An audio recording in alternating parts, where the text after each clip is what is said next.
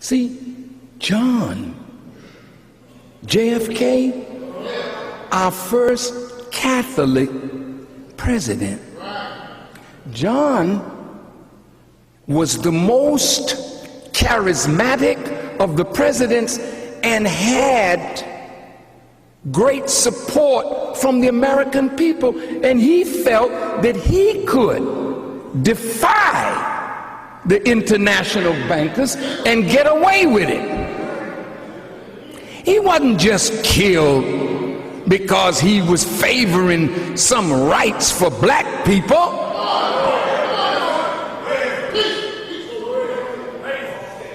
The president has power to just, with an executive order, make a law. I'm almost finished.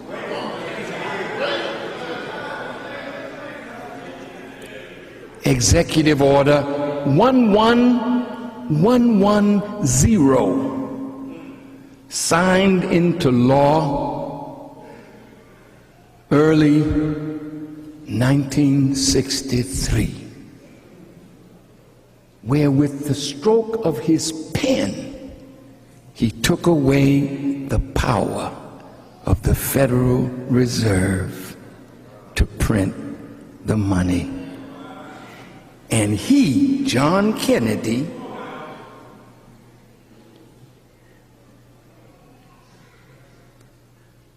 boy, this is something. He put $4 billion into circulation in $2 and $5 denominations, but all $4 billion was backed by silver. 6 months later, like it was with Lincoln, he was shot down in Dealey Plaza.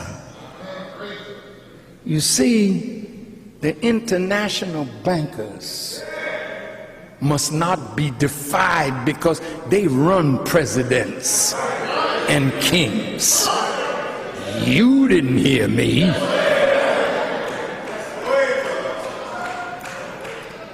Did you see the trilogy, The Godfather? How many of you saw The Godfather? The third one, where the Catholic bank, see, it was a bank, wasn't it? And the Pope himself that was coming in was not the friend of the bankers. What happened to the Pope? They gave him some tea. John Paul the First, dead in a few days. John Paul the Second. Let me tell you something. These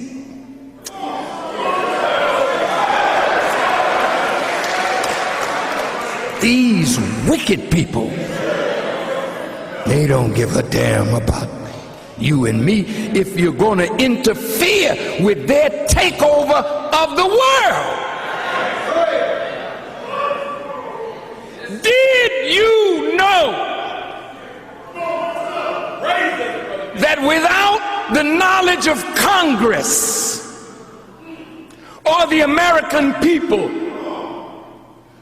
President Bush met with President Fox of Mexico and the Prime Minister of Canada,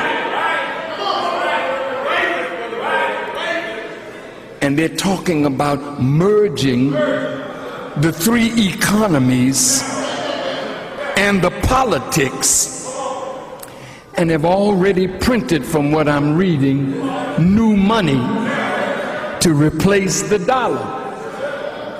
It's called the Amero, A-M-E-R-O. The American people don't know. They want to build a superhighway from Mexico all the way to Canada. What dealing with? See, you're dealing with Satan, who has blinded the people, deceived Congress. That's why I say to Brother Barack, you better have another source from which you gain your intelligence, lest you end up like Colin Powell. What happened to Colin Powell? They falsified intelligence and fed it to a black man who could be trusted.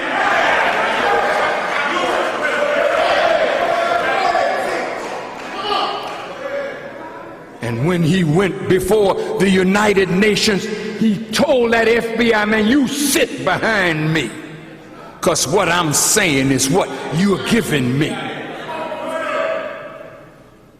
And Colin Powell ruined his reputation by lying to the world that there were weapons of mass destruction sitting up in Iraq. The devil is a liar. He's a murderer. He's an international bandit.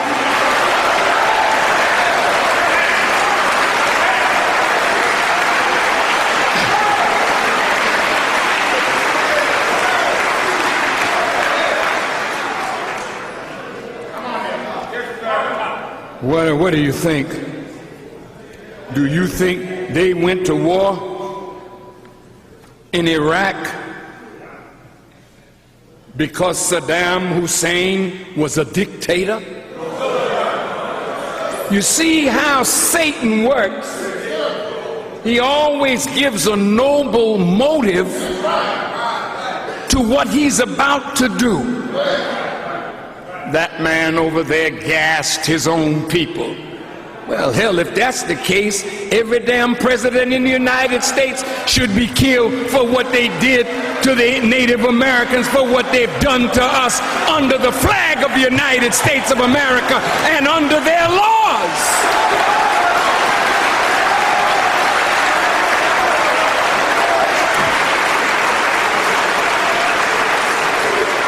Maybe killed is too strong a word,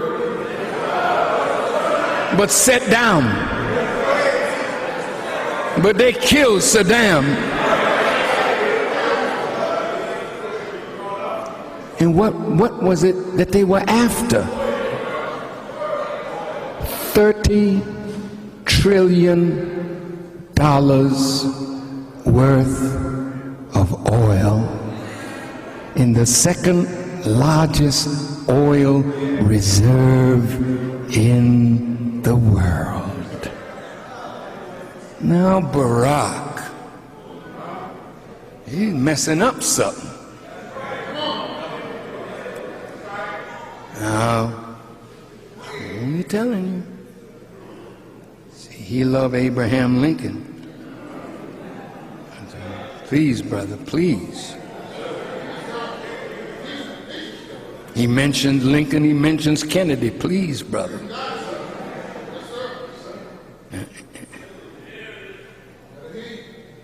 No, I mean, he's going to do what he got to do. But they are prepared to do what they always do.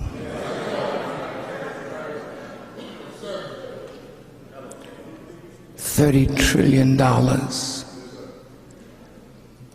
They've been fighting over the last few years to get the government in Iraq to make a deal over how the oil revenue is going to be distributed. They ain't got that arrangement yet. And do you know what Obama said? We're coming out in 18 months. We do not want your oil. We want a stable democracy. Somebody is upset. Somebody's upset. So the violence is escalating again in Iraq now. But America's troops are coming out, but he's sending them to Afghanistan. Now you that don't read news, you are BET. These silly sitcoms and reality shows. This is where your silly head is. The whole damn world falling down around you, and all you can look at is a foolish reality show.